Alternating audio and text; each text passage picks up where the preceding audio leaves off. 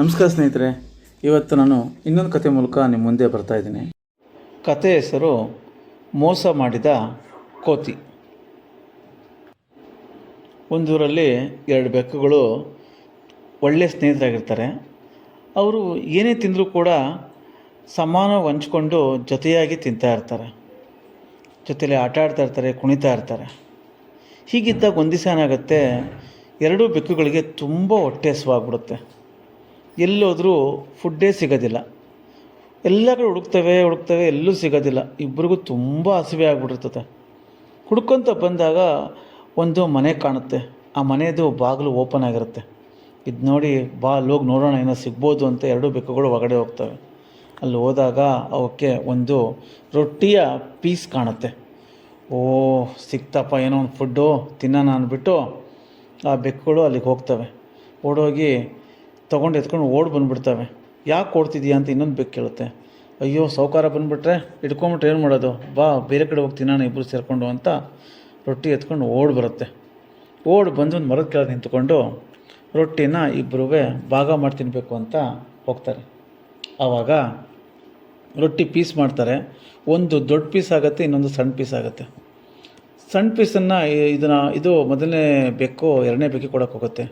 ತಕ್ಷಣ ಎರಡನೇ ಬೆಕ್ಕು ಹೇಳುತ್ತೆ, ನೀನು ಮಾತ್ರ ದೊಡ್ಡ ಪೀಸ್ ತೊಗೊಂಡ್ಬಿಟ್ಟೆ, ನನಗೆ ಸಣ್ಣ ಪೀಸ್ ಕೊಡ್ತಾ ಇದೀಯಾ, ಅದನ್ನು ನನಗೆ ಕೊಡು ಅಂತ ಕೇಳುತ್ತೆ. ನನಗೂ ತುಂಬ ಹೊಟ್ಟೆ ಹಸಿತಾ ಇದೆ ಅಂತ ಹೇಳುತ್ತೆ. ಈ ರೀತಿ ಇಬ್ಬರಲ್ಲೂ ವಾದ ಸ್ಟಾರ್ಟ್ ಆಗಿ ಇಬ್ಬರು ಜಗಳ ಸ್ಟಾರ್ಟ್ ಮಾಡಿಬಿಡ್ತಾರೆ.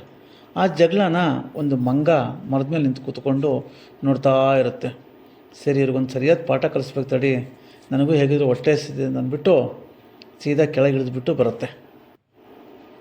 ಬೆಕ್ಕುಗಳೇ, ಯಾಕೆ ನೀವಿಬ್ಬರು ಜಗಳ ಆಡ್ತಿದ್ದೀರಾ ಅಂತ ಮಂಗ ಬಂದು ಕೇಳುತ್ತೆ. ನೋಡು ಮಂಗಣ್ಣ, ನಮ್ಮ ಹತ್ರ ಒಂದು ರೊಟ್ಟಿ ಪೀಸ್ ಇದೆ, ಅದನ್ನು ಇಬ್ಬರು ಎರಡು ಭಾಗ ಮಾಡಿದ್ವಿ.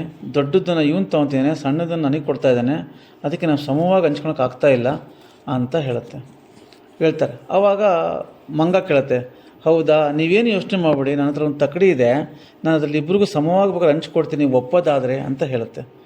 ಅದಕ್ಕೆ ಇವೆರಡು ಬೆಕ್ಕುಗಳು ಆಯಿತು, ಹಾಗೆ ಮಾಡು ಕೋತಿ ಅಣ್ಣ ಅಂತೆಲ್ಲ ಹೇಳ್ತಾರೆ. ತಕ್ಷಣ ಕೋತಿ ಎಲ್ಲಿಂದನೇ ಹೋಗಿ ಒಂದು ತಕ್ಕಡಿ ತೊಗೊಂಬರುತ್ತೆ.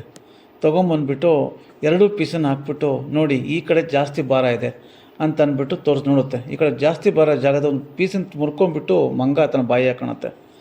ಈ ಬೆಕ್ಕುಗಳು ಮಕ ನೋಡ್ತಾ ಇರ್ತೀವಿ, ನೀನು ತಿಂತಾ ಇದೆಯಲ್ಲ ಅಂತ. ಅಯ್ಯೋ, ಈ ಕಡೆ ಭಾರ ಜಾಸ್ತಿ ಆಯ್ತಾನಂತ ಆ ಕಡೆ ನೋಡುತ್ತೆ. ಅಯ್ಯೋ, ಆ ಕಡೆ ಭಾರ ಜಾಸ್ತಿ ಆಯ್ತಾನೆ, ಆ ಕಡೆ ಪೀಸ್ ತಿನ್ನಂತೆ. ಇದೇ ರೀತಿ ಸ್ವಲ್ಪ ಮುರ್ಕೊಂಡು ತಿಂತಾ ಇರುತ್ತೆ ಮಂಗ. ಇದನ್ನು ನೋಡಿ ಎರಡೂ ಬೆಕ್ಕುಗಳಿಗೆ ಕೋಪ ಬರುತ್ತೆ. ಕೋತಿ ಅಣ್ಣ, ನೀನು ಎಲ್ಲ ನಮ್ಮ ಇದನ್ನು ತಿಂತಾ ಇದೀಯಾ, ರೊಟ್ಟಿ ಪೀಸನ್ನು ನೀನೇ ತಿಂದು ಖಾಲಿ ಮಾಡ್ತಾ ಇದೀಯಾ, ನೀನು ಸಾಕು, ನೀನು ಸ್ಟಾಪ್ ಮಾಡಿ ಕೆಲಸನ ಅಂತ ಹೇಳ್ತಾರೆ.